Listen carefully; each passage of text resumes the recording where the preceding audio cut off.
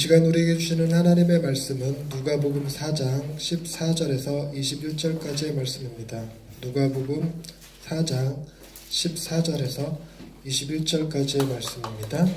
하나님의 말씀을 경청하십시오.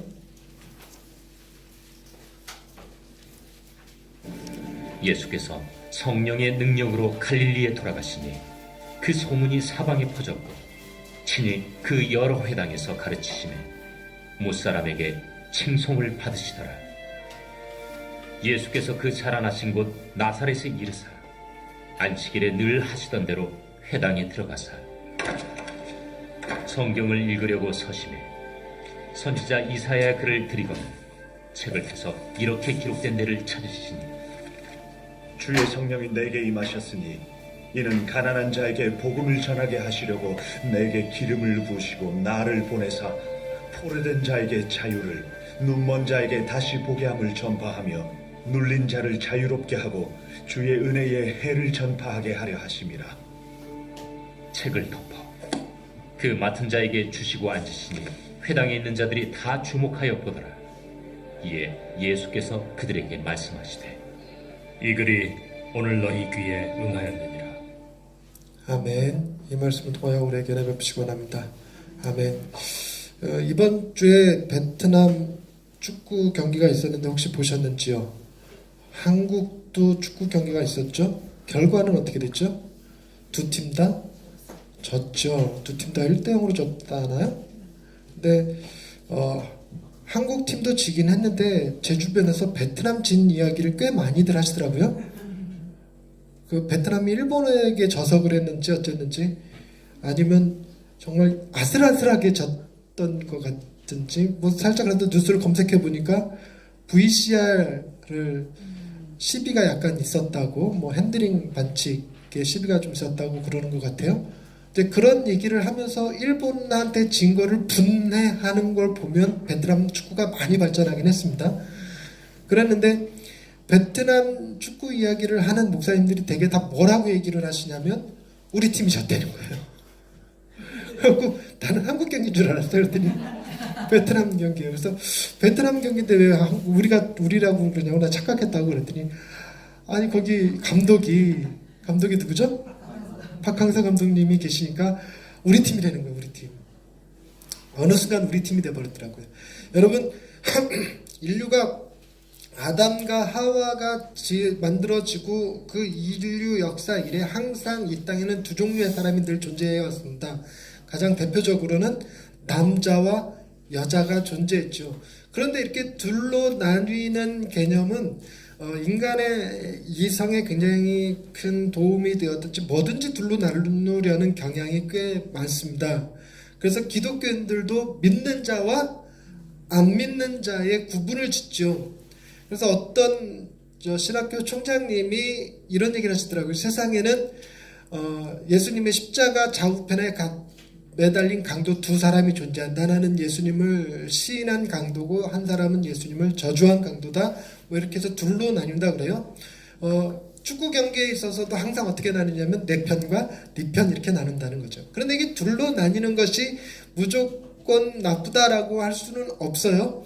그게 사람들이 뭘 인식하는 데 많은 도움을 줍니다. 그래서 우리 거, 네 거, 뭐 이런 정도, 내 거, 네 거의 정도 이렇게 나누는 건 좋은데 문제는 무슨 문제가 있냐면 둘로 나뉘면 항상 선과 악의 개념이 은근히 스며들어간다는 것입니다. 여러분 베트남하고 일본하고 축구 경기를 했습니다. 그럼 어느 팀이 좋은 편입니까? 어느 편이 나쁜 편입니까?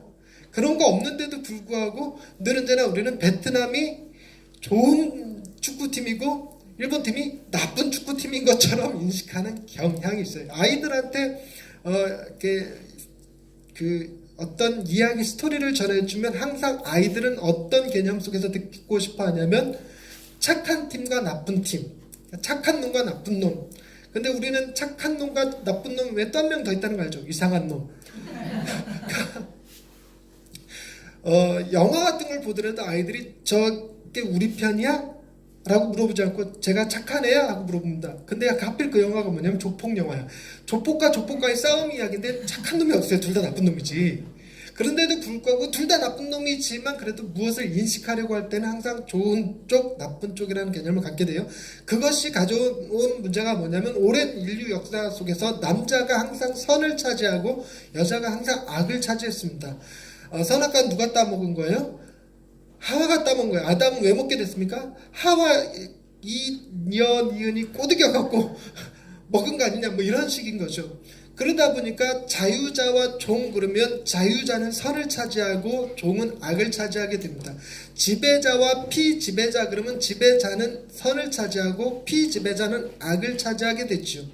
여러분, 기독교가 처음에 예수님께서 오시고 그로 인해서 12 사도들에 의해서 인류에게 전파되어져 갈 때 그 전파되어져 가는 과정 속에서 언제나 기독교인들은 지배자의 계층에 들어가 있지 못하고 피지배 계층 속에 들어가 있었습니다.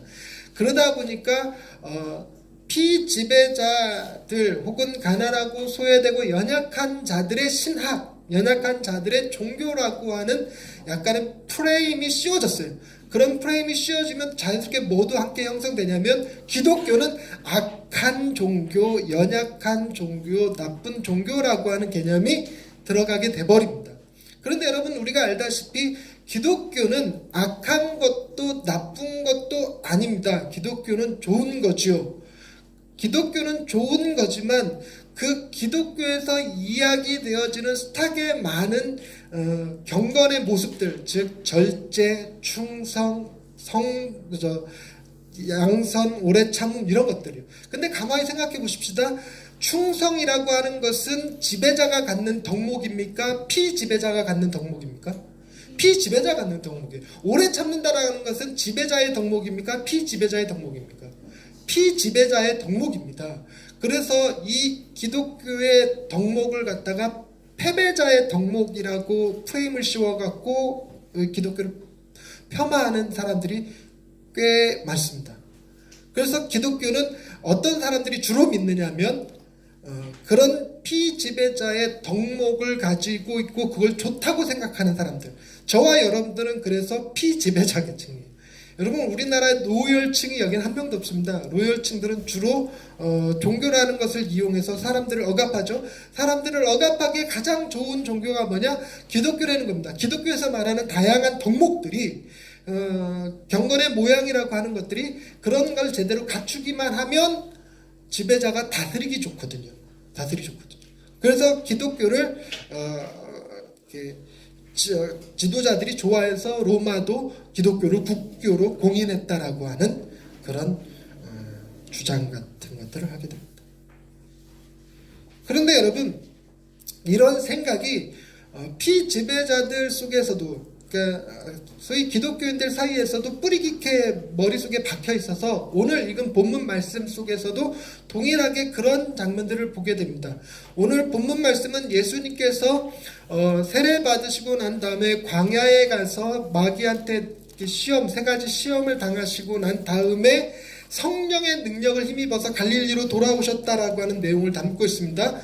그 성령의 능력으로 덧입혀서 돌아오시는 과정에서 회당 당시에 교회의 역할을 하던 그런 장소에서 들려서 안식일의 말씀을 전하시는 일을 하시면서 고향 갈릴리 나사렛까지 돌아오셨어요. 그리고 그 갈릴리 나사렛에 돌아오셔서 그곳에서도 역시 안식일에 늘 하시던 대로 회당에 들어가서 말씀을 전하셨습니다. 그런데 여러분, 우리가 알다시피 갈릴리 나사렛은 중심 지역입니까? 외곽입니까? 갈릴리 나사렛에서 사는 사람들은 인싸입니까? 아싸입니까? 아싸죠. 못 알아듣죠. 인싸, 인사이더, 아싸, 아웃사이더. 애들은 알아들을 거예요. 그러니까 중심에서 벗어난 외진 곳입니다. 근데 단순히 경기도가 서울의 외곽이라는 개념 정도의 외곽이 아니라 서울에서도 저 떨어진 깡촌 돌폐기 같은 곳이 갈릴리 나사렛이라고 하는 동네인데, 그런 동네에 가서 말씀을 전하셨습니다. 근데 그런 동네에는 여러분, 지배자가 살까요? 피지배자가 살까요? 피지배자, 주류가 살까요? 주류의 반대말이 뭡니까? 비주류가 살까요? 비주류가 살고 있을 가능성이 굉장히 높죠. 그러니까 그런 데 가서 말씀을 전하시는 겁니다.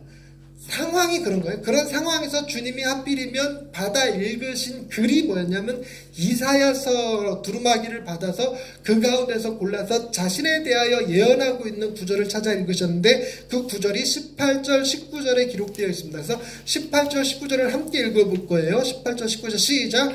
주의 성령이 내게 임하셨으니 이는 가난한 자에게 복음을 전하게 하시려고 내게 기름을 부으시고 나를 보내사 포로된 자에게 자유를, 눈먼 자에게 다시 보게 함을 전파하며 눌린 자를 자유롭게 하고 주의 은혜의 해를 전파하게 하려 하심이라.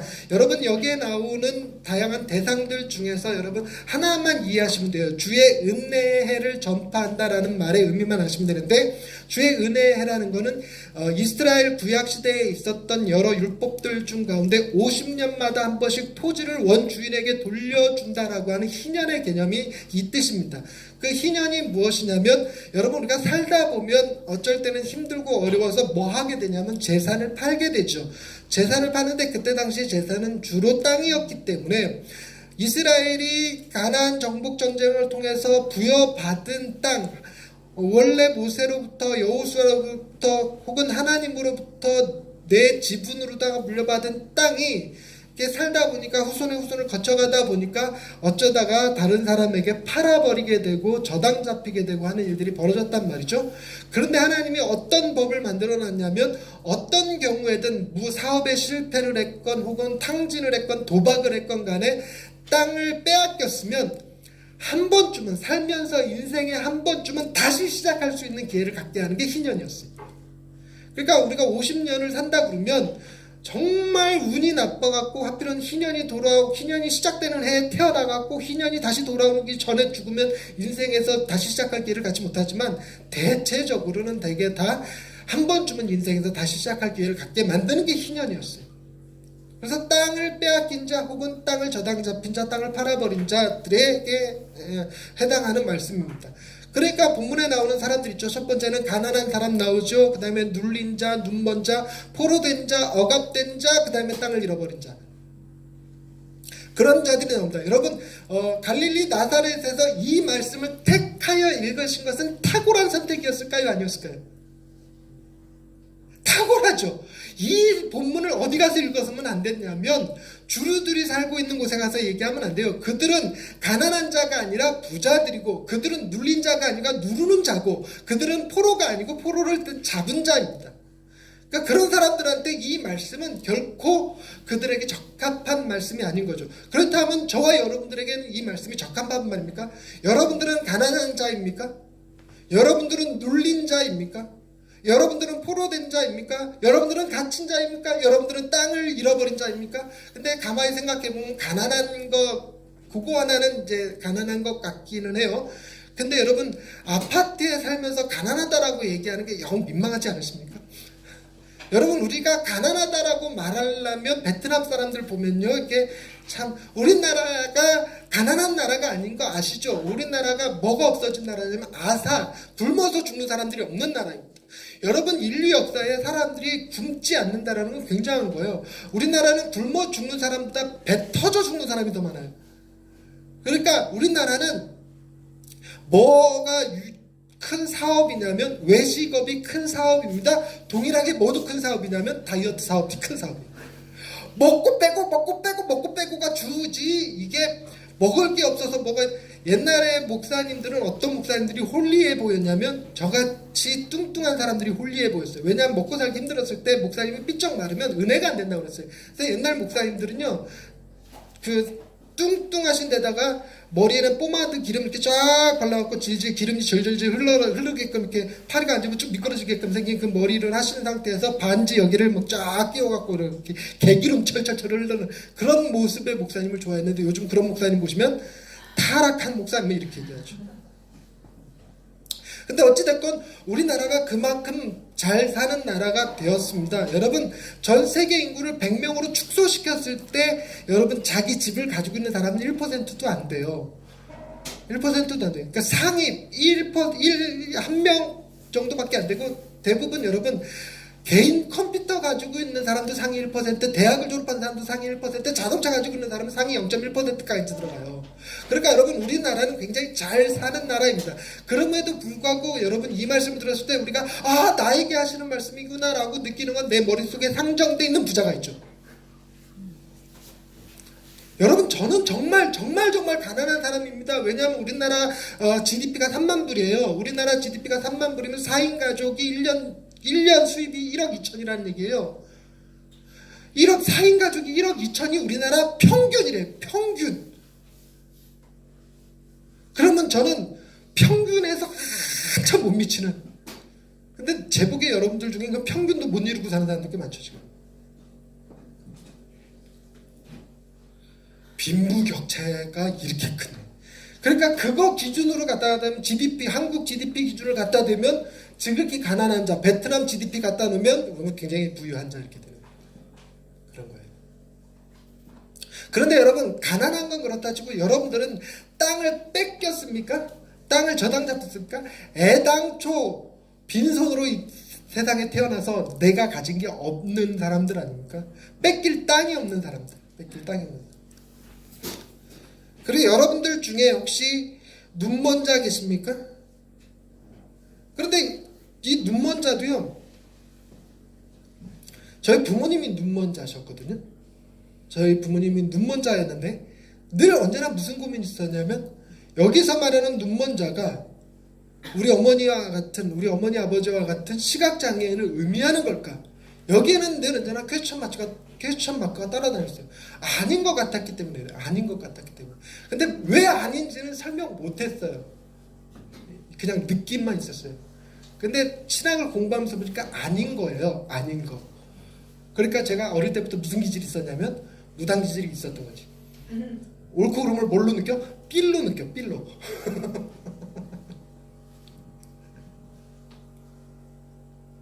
그런데 여러분 아이러니하게도 여러분 어떤 단체가 되었건 공동체가 딱 형성되면 그 공동체에는 항상 베타성이라고 하는 특징을 갖게 됩니다. 베타성이라는 특징을 갖게 해요. 여러분 프랑스 대혁명을 기억하십니까? 프랑스 대혁명 때 난리였죠. 개 난리였잖아요. 여러분 다 겪어보셔서 아시죠? 프랑스 대혁명 때 이 왕권이 무너지고 그들이 기초로 내세웠던 게 자유, 평등, 또 하나 뭐지? 아무도 몰라? 아무거나 하나 내가 갖다 대면 되는 거야 그러면? 자유와 평등과 또 하나가 있었는데 생각이 안 나네? 설교 준비할 때는 알았는데. 근데 그 자유라고 하는 건 우리가 생각할 때 너무너무 좋은 거고 평등이라고 생각하는 건 너무너무 좋은 거지만 그 기치를 걸고 나서 한 게 뭐였냐면 당시에 그 권력을 가지고 있던 왕들을 단두대에서 다 처형시켜버렸어요. 여러분 자유라는 이름하에 평등이라는 이름하에 얼마나 많은 살인을 저질렀는지 몰라요. 여러분 공동체의 그 공동분배 모두가 평등하게 일하고 평등하게 나눠 쓰고 무상복지를 실현한다는 개념이 뭐였냐면 공산주의였다고요.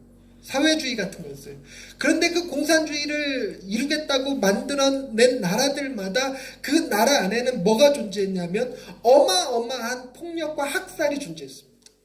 그러니까 어떤 개념이든 어떤 특징이든 붙잡으면 이것이 옳다라고 이것이 진리라고 붙잡으면 어쩔 수 없는 배타성이 생겨요. 여러분 기독교는 다를 것 같으세요?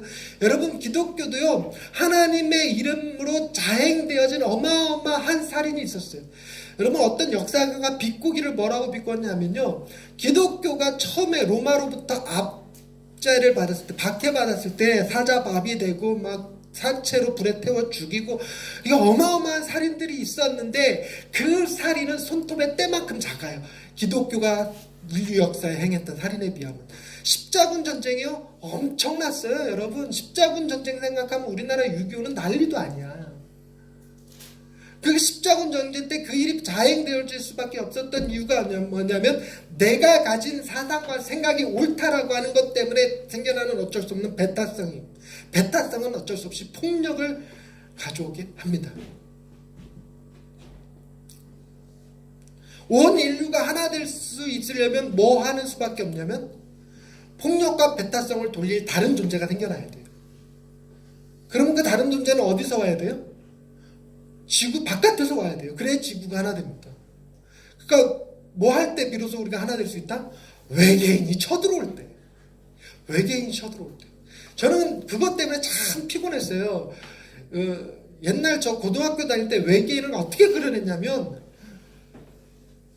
원숭이처럼 그려냈어요. 혹성탈출이라는 영화가 어마어마하게 히트를 쳤는데 그때 생긴 게 하필이면 제가 혹성탈출에 나오는 외계인 같이 생겨갖고 내 별명이 혹성탈출이었어요.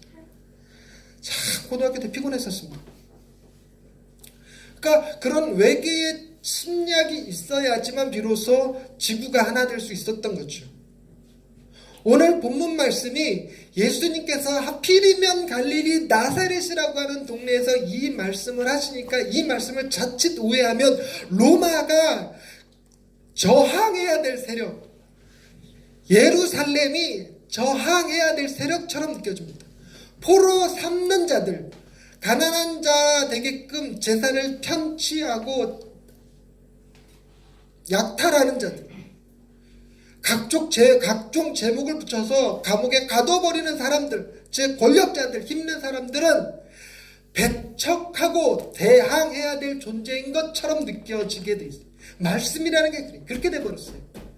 그런데 여러분, 우리가 지금 읽은 이 누가복음은 저자가 누굴까요?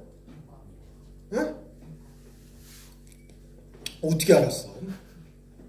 그러면 수신자는 누굴까요? 누구한테 쓴 글일까요?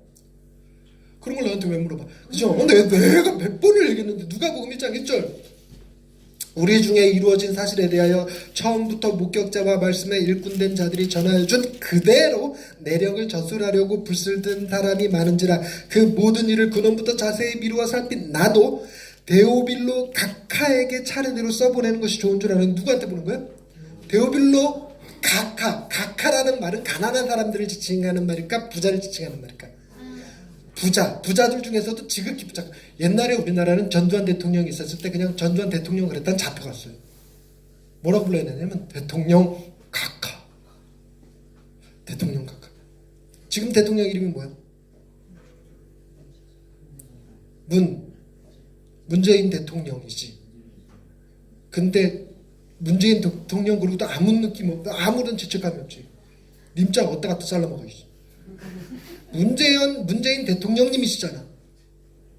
지금은 님자도 잘 안 붙여요. 그냥 문재인 대통령 이렇게 얘기할 때. 근데 이제 가끔 기자간담회 이런 거 할 때 문재인 대통령 각하께서 들어오십니다라고 보좌관들은 각하를 붙이는 것 같고, 그리고 이제 일반 공연 같은 데서 대통령을 소개할 때 문재인 대통령님께서 이 자리에 참석해 주셨습니다 하고 님자를 붙이는 것 같아요. 근데 너랑 나랑 얘기할 때는 문통으로 끝나지. 각하라는 말은 지금의 문재인 대통령보다도 더 큰 권위를 가진 자에게 붙였어요. 그러니까 막 힘으로 사람들을 억압하고 막 사람들한테 공포를 주고 이런 사람들한테 붙인 게 호칭이 각하였어요. 그러니까 데오빌로는 지배자였고 힘 있는 사람이었습니다. 그러면 데오빌로가 이 말씀을 딱 누가복음을 읽었는데 하필이면 예수님께서 마귀의 시험을 마치고 돌아와서 회당에서 처음 읽은 말씀이 이 말씀이었다면 데오빌로가 기분이 좋겠어요? 나쁘겠어요? 나쁘겠죠. 그러면 지금 누가복음의 저자인 누가가 데오빌로에게 실수하고 있는 거예요. 그럼 이걸 빼버려야지. 이거 빼버리고 다른 복음서에 있는 것처럼 예수님께서 마귀에게 시험 받으시고 돌아오셔서 외치시기를 뭐라고 해주셨냐면 회개하라 천국에 가까이 왔느니라 그러고 시작하는 게 훨씬 낫단 말이에요.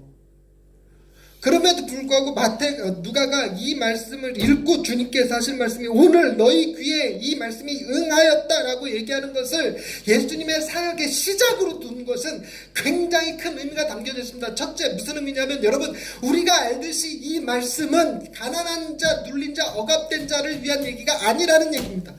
무슨 얘기예요? 그렇게 써있잖아요. 여러분 안 그래요? 여러분, 이사야서는요, 이스라엘이 구약의 이스라엘의 왕들 중에서도 히스기야 왕과 므낫세 왕 시절에 살던 선지자예요. 히스기야 왕과 므낫세 왕 때 그 왕궁을 왔다 갔다 했던 왕궁 선지자가 이사야였고요. 이사야 시절에는요, 이스라엘이 굉장히 힘있는 국가였어요. 힘있는 국가.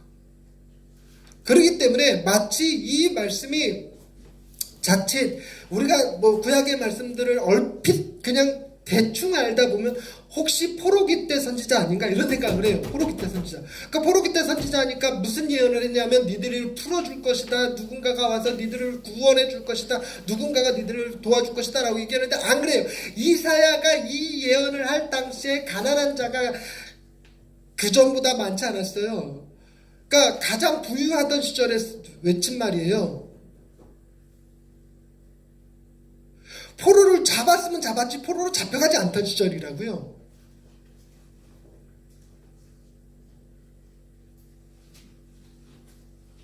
그렇기 때문에 이 말씀은 문자 그대로 가난한 자, 즉 돈 없는 사람들, 눌린 자, 억압된 자, 눈먼 자, 땅을 빼앗긴 자에 대한 이야기가 아니라는 겁니다. 만약에 그런 얘기였으면 데오빌로한테 이걸 쓰지도 않아요.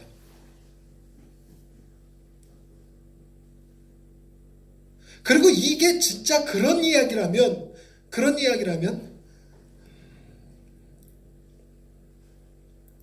29절 말씀 다 같이 읽어봅시다. 29절 말씀 시작. 일어나 동네 밖으로 쫓아내어 그 동네가 건설된 상 낭떠러지까지 끌고 와서 밀쳐 떨어뜨리고자 하되. 이 이야기를 들은 그 회당에 있던 사람들의 반응입니다. 이런 반응이 나올 수가 없죠. 옳싸 이렇게 해야지. 우리에게도 드디어 히틀러가 나타나셨도다 이러고 하는 거라고요.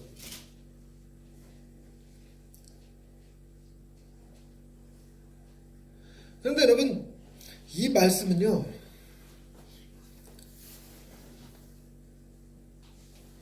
18절 말씀에 처음 시작할 때 주의 성령이 내게 임하셨으니 성령이 주님에게 임하셨는데 임하신 이유가 가난한 자에게 복음을 전하게 하시렸던 거였어요. 이 말의 영적인 의미를 이해할 수 있어야 되는데 여러분 구약에서 하나님 앞에 제사를 드리려면 반드시 뭐가 있어야 될게요? 제물이라는 게 있어야 했어요. 제물. 그래서 그 구약의 말씀의 이름은 축복의 말씀들 가운데 그런 게 있어요. 들에는 양떼가 넘치고 포도주 틀에는 포도주가 넘쳐 흐른도다. 이게 여러분 우리가 생각하기에 자칫 무슨 생각을 갖게 하시냐면 스카이캐슬에 살면서 코디 붙여서 우리 애들 공부 가르치는 거 뭐 이런 거 생각하실 수가 있는데 그런 게 아닙니다. 언제나 어디서나 예배 드릴 수 있는 자격을 갖춘다는 얘기예요. 언제나 양이 있고 하나님 앞에 드릴 제물이 있고 제물에다 포도주가 있으면 얘기하는 거예요. 근데 그것이 없는 자들은 하나님 앞에 예배할 수 없는 가난한 자들이었어요. 가난한 자들. 그러니까 주님이 오셔서 가난한 자들에게 복음을 전파한다는 얘기는 무슨 얘기가 되냐면 너희들이 양이 없어도 되고 포도주가 없어도 되는 사람들, 하나님 앞에 예배하는데 그런 것이 없어도 되는 사람들이 되게 하신다는 거예요. 여러분 우리는 어떤 재물을 가지고 하나님 앞에 예배하는 사람들입니까? 예수 그리스도 그분의 살과 피예요. 여러분 구약의 다윗이 어마어마한 양을 바치고 솔로몬이 1000번째 1000마리에 해당하는 소를 잡아서 하나님 앞에 바친들 우리가 바친 재물보다 클까요 작을까요? 적지. 그 어떤 짐승을 이 지구상에 존재하는 모든 짐승을 다 각을 떠서 잡아 바친들 하나님의 아들보다 크겠습니까? 그렇지 않다고요. 그렇지 않다고요. 그러니까 하나님 앞에 예배하는 자로서 여러분 솔로몬하고 우리하고 누가 더 부유한 자입니까? 우리가 그 개념을 알아야 된다는 거예요. 이게 없으니까 이 말씀 붙잡고 계속 무슨 얘기하냐면 기복주의 신앙에 빠졌고 우리도 부자되게 하여 주옵소서 부자되게 하여 주옵소서 끊임없이 정주영을 앞에 두고 저 사람처럼 부자되게 하여 주옵소서 이루고 간단 말이에요. 아무리 부자가 됐어도 우리는 더 큰 부자가 되고 싶은 욕심에 스스로를 뭐라고 생각해요? 가난한 자라고 생각해요. 연봉 3만 달러는 그냥 3,000달러도 못 버는 주제라는 생각을 갖게 한단 말이에요. 스스로를.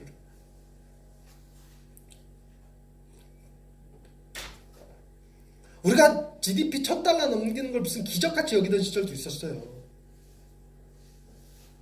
우리 시대에 맞죠. 시대에.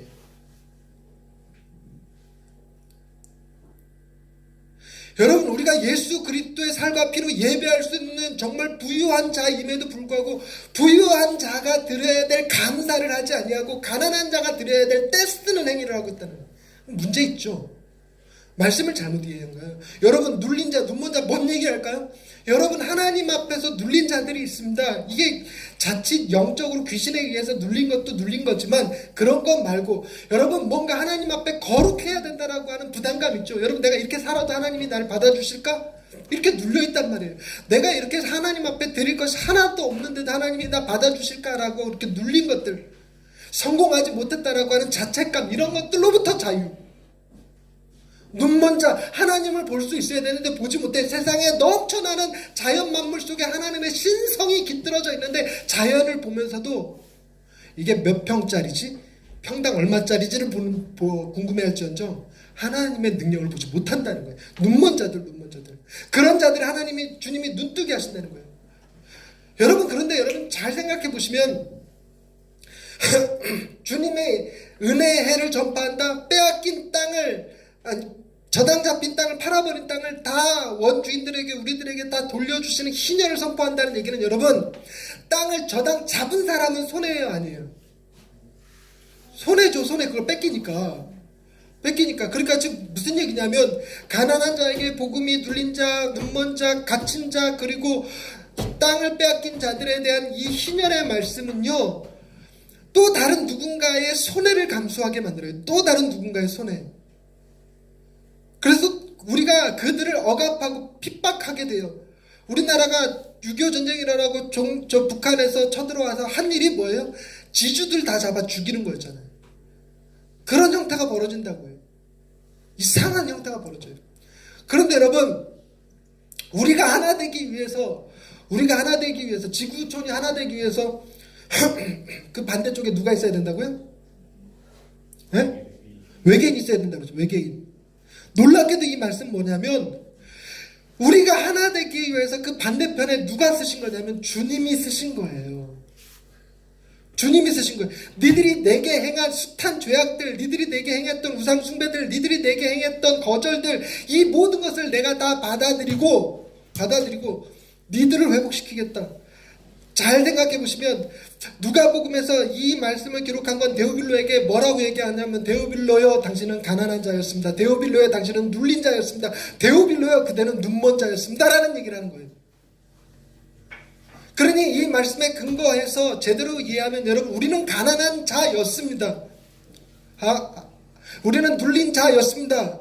우리는 갇힌 자였고 우리는 땅을 빼앗긴 자였습니다. 그런데 이게 복음인 게 뭐냐면 21절 말씀 다 같이 한 목소리를 읽어봅니다. 시작. 이에 예수께서 그들에게 말씀하시되 이 글이 오늘 너희 귀에 응하였도다. 언제? 오늘이에요. 내일이 아니고 앞으로가 아니고 미래가 아니고 주님 다시 오실 때가 아니라고요. 언제라고? now, 현재, 지금, 그치? 주님이 이 땅에 오신 것 자체가 뭘 의미하냐면, 하나님께서 저것들 죄악 가운데 나를 모른 채 부인하며 살아가는 그들을 내가 죽여버려야지, 심판해야지 라고 보내는 게 아니에요. 하나님이 아무리 율법을 주시고 선지자들을 보내도 소기의 경일듯이 하나님의 말씀을 이해하지 못한 채 끊임없이 자기 욕심대로 살아가고 있는 사람들, 도저히 율법을 줘봐야, 선지자들을 보내줘봐야 구원 얻을 능력이 전혀 없는 사람들을 구원하시는 방법이 뭐냐면, 당신에게 행해졌던 무수히 많은 죄악들, 잘못들, 악행들에 대하여 본인 스스로 책임을 지고 니들은 용서한다는 거예요. 그래서 주님이 이 모든 일을 내가 감당하겠다.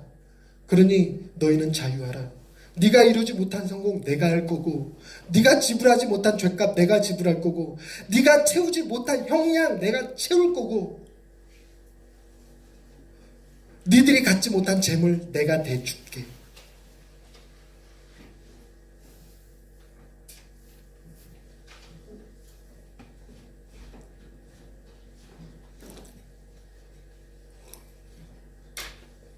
우리는 이런 주님을 온전히 발견하지 못하니까 어떤 실수를 자꾸 범하게 되냐면, 부자 되기 위해서 이렇게 살아야 돼.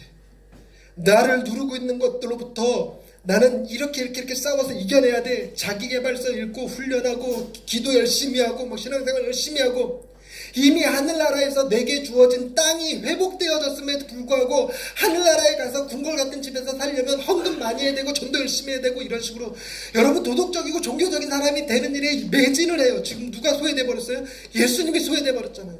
예수님이 이미 다 이루셨어요. 이루셨으면 우리는 어떻게 살아야 되는 거냐면 더 이상 가난한 자로 살면 안 돼요. 하나님 앞에 예배 나오는 거 주저하지 마세요. 우리가 하나님 앞에 나올 때 내 상태, 내 모습, 내가 준비한 헌금, 내가 준비한 예물 이런 것들에 여러분 주눅들지 마세요. 여러분들의 위치, 여러분들의 지위, 여러분들이 이루어졌던 업적들이 아무것도 없다 할지라도 주눅들지 마십시오.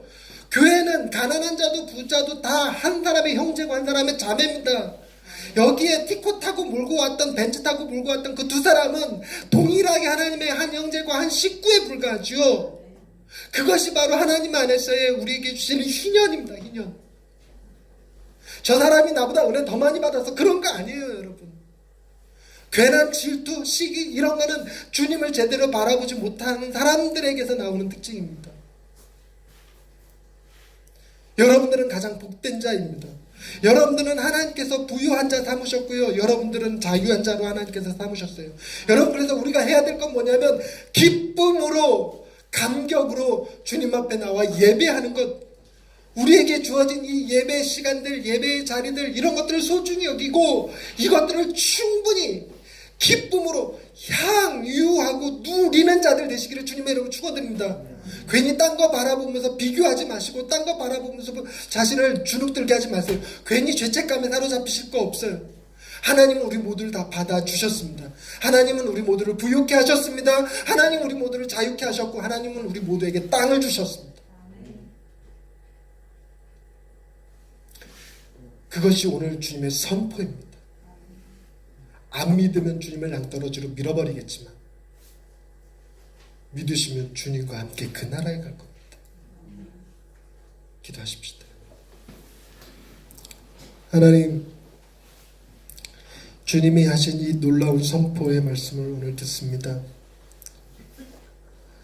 가진 게 아무것도 없는 저에게 예수 그리스도께서 가장 귀한 예물이 되어주시고 이룬 것이 하나도 없는 저에게 주님이 이루어놓으신 모든 열매들을 갖게 하시고 이미 갇혔고 포로되었던 우리에게 남은 모든 형기를 채워주신 주님 바라봅니다. 그럼에도 불구하고 주님 아닌 다른 것 바라보면서 스스로 주눅들지 않게 하옵소서. 우리에게 주시지 않은 것들에 대하여 실망하지 않게 하옵소서. 이미 넘치게 부어주신 예수 그리스도 그분의 사랑을 바라보며 이 세상 주님 안에서 담대하게 기쁘게 즐겁게 행복하게 살아갈 수 있는 예양의 식구들 다 되게 하여 주옵소서. 예수님의 이름으로 기도드립니다. 아멘.